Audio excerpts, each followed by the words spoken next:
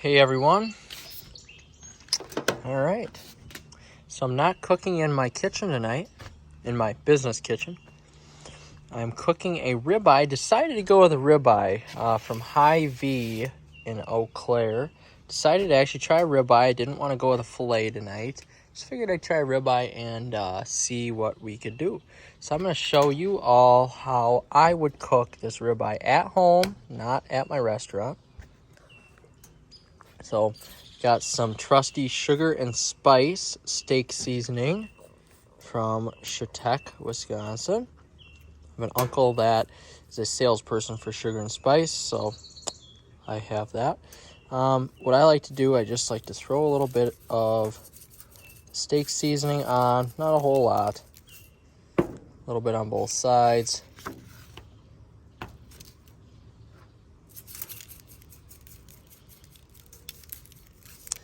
And now we can see here, my temperature, I'm a little bit above that 400 mark that I like to be at, so we'll just turn it down.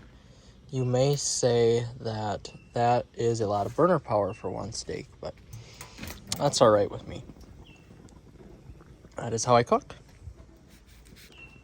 So we're gonna try ribeye. I'm just gonna plop it on.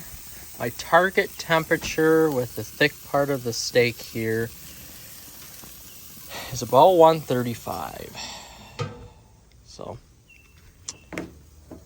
all right, I've got my Pro temperature thermometer right there, and the grill should be about 400. I've toned these down to about 1/3 power on the Weber, and yeah, should be good. We will reconvene in a little bit. All right, everyone, so we have reconvened. I had a little bit of technical issues with my digital thermometer, so now we are back to using the analog thermometer, which sucks. I highly recommend getting a digital thermometer. I turn the heat all the way back to low here, and I'll just try to cook it slowly here. But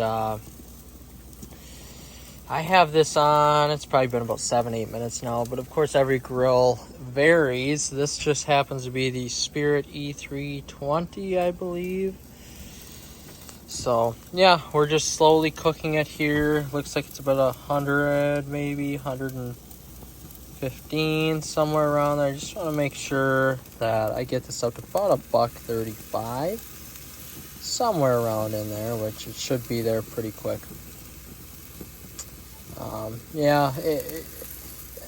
I have digital thermometers in my own kitchen here, and that's something that I highly recommend. You can see right there that that's getting up to the 130 temperature, so yes, that would be done. This part right here would be just about done. This part is close, the thicker part, but getting there. So we'll give this about another minute or two and just see where we're at. But digital thermometer, I had some issues with mine here, so now I'm using the old-fashioned, which sucks because it doesn't give you the instantaneous readout.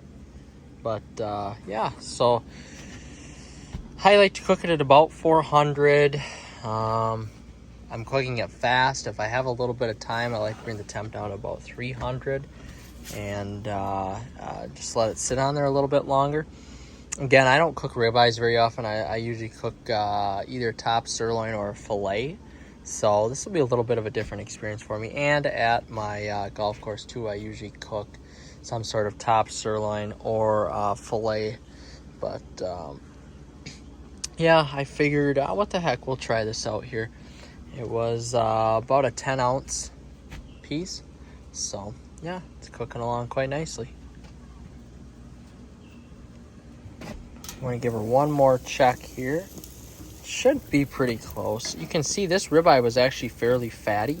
So, yeah, not overly impressed. One of these nights I'm going to do Wagyu beef, and that is going to be excellent. And I will be cooking that on the Blackstone, and I will have a digital thermometer. I may actually take that out to my business and cook it there. Won't be taking any chances with that. But this is coming along quite nicely.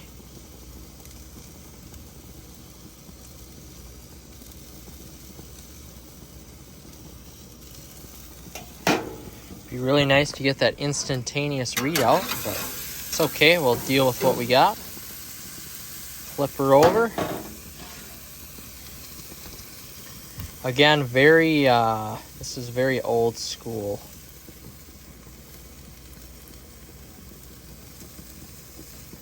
Whoop.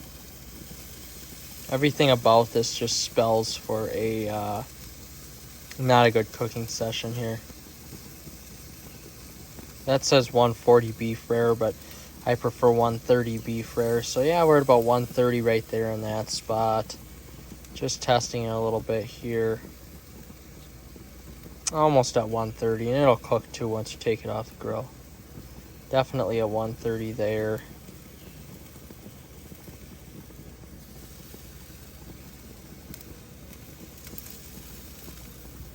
And I am going to take this off. Turn off all the burners. Let that last one run. As always, you always turn off the gas and make sure that you run all the gas out of the lines.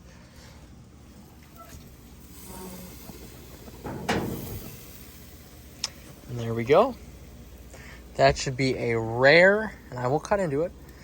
That should be a rare to medium rare piece of ribeye. All right, everyone, so finished product. That is how you know you're a good cook. Once you get to the point of using a crappy thermometer and actually coming through and cooking a rare steak. That looks excellent, does it not? Awesome. All right, let's enjoy our steak.